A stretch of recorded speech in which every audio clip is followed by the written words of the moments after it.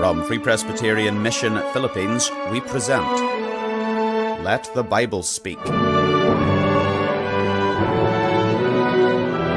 It's good to have you with us today as we spend 15 minutes around the Word of God, preaching Christ in all His fullness to men and women in all their need.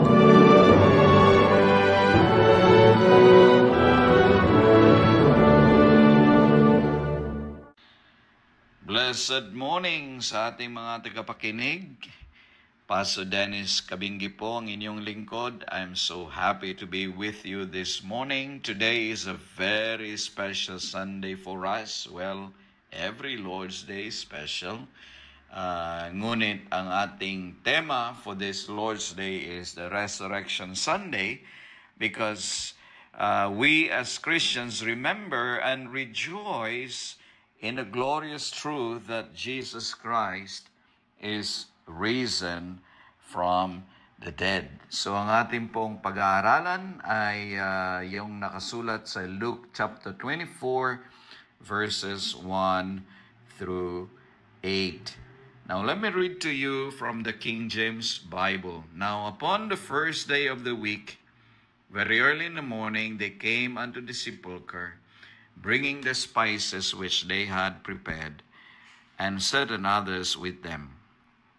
And they found the stone rolled away from the sepulchre. And they entered in and found not the body of the Lord Jesus Christ. And it came to pass, as they were much perplexed thereabout, behold, two men stood by them in shining garments. And as they were afraid, and bowed down their faces to the earth, they said unto them, Why seek ye the living among the dead? He is not here, but is risen. Remember how he spake unto you when he was yet in Galilee, saying, The Son of Man must be delivered into the hands of sinful men, and be crucified, and the third day rise again. And they remembered his words. Dear friends, I want us to focus our attention yung nakasulat dyan sa verse 3. And they entered in, pumasok yung mga women, ngunit they found not the body of the Lord Jesus Christ. Mayroon po akong katanungan para sa ating lahat. Is Jesus hard to be found? Mahirap bang hanapin ang Panginoon? Now, the reason why I'm asking this is marami kasing nagsasabi na ang hirap ng Diyos eh.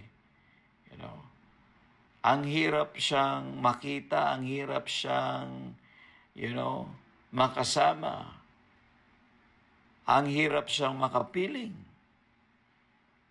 So is Jesus hard to be found? Of course not. Anong sabi ng Panginoon? Matthew 7 verse 7, Seek and ye shall find. And in Jeremiah 29:13, Ye shall seek me and find me. So bakit, the women did not find Jesus? Well, my friends, this is the thing. They were looking for Jesus in the wrong place. I repeat, they were looking for Jesus in the wrong place. They went to the tomb because they were thinking that Jesus is still dead. Ngunit, anong sabi ng Panginoon?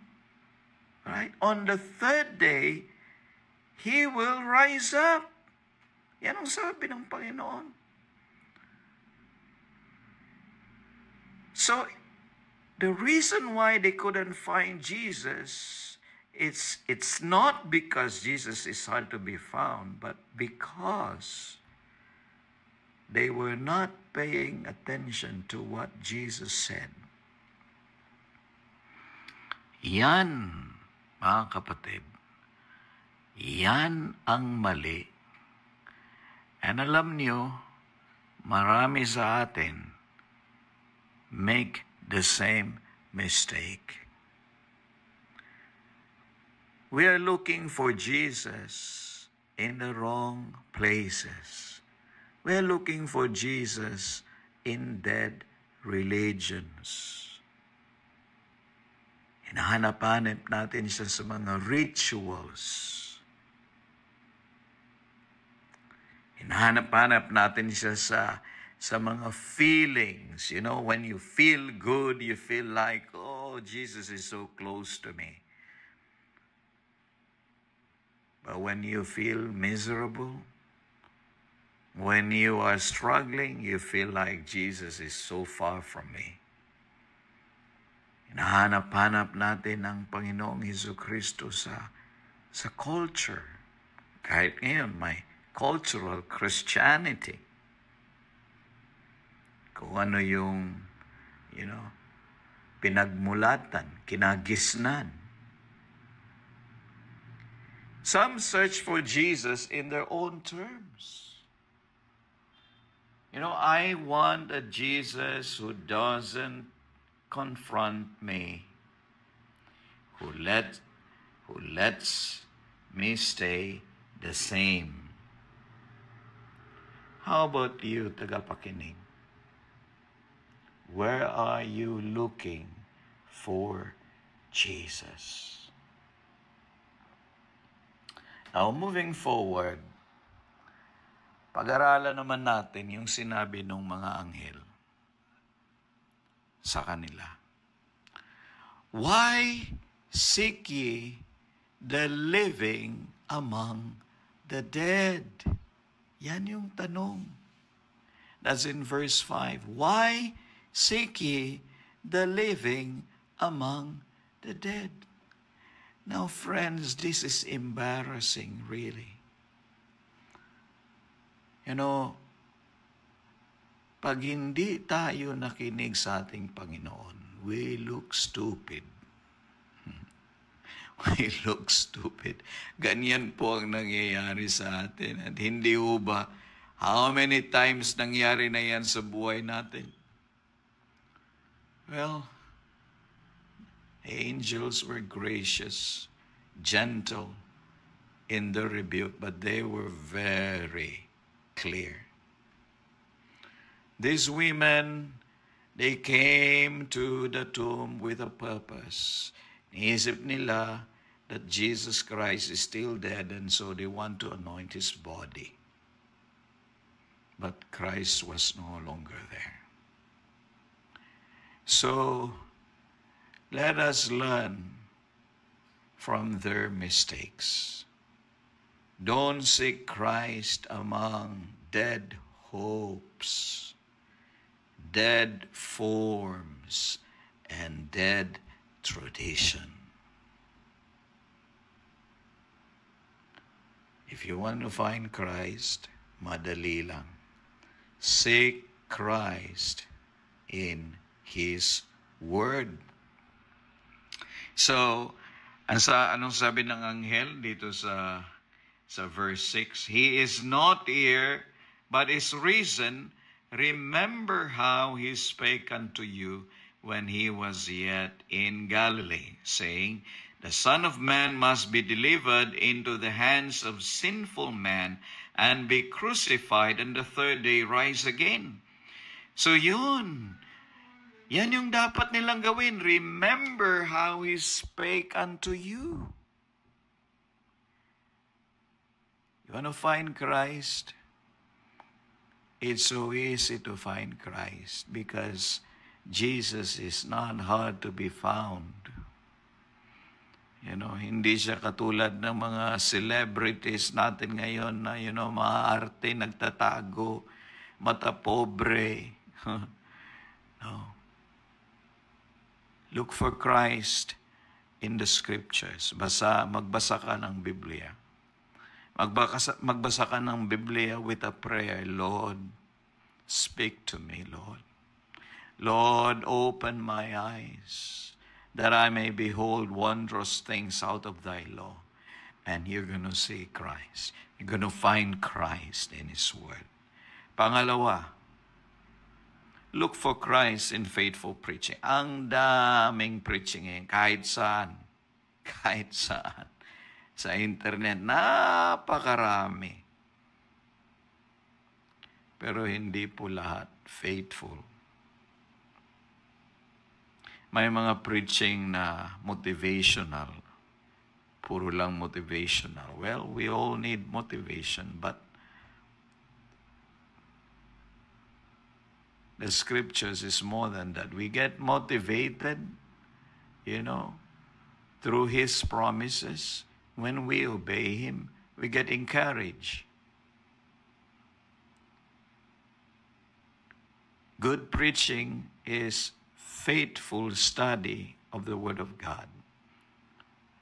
Dito sa programang ito, we call this Let the Bible Speak. We want the Bible to speak to us.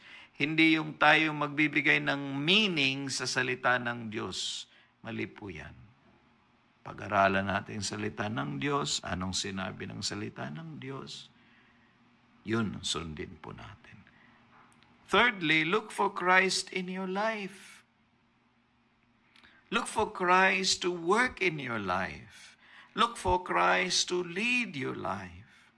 Look for Christ as a master of your life. Submit to Him, surrender to Him.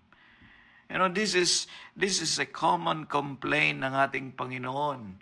Sabi ng ating Panginoon sa Luke 6:46, Why call ye me, Lord, Lord, and do not the things which I say? Yan po ang reklamo ng Panginoon. You want to find Christ?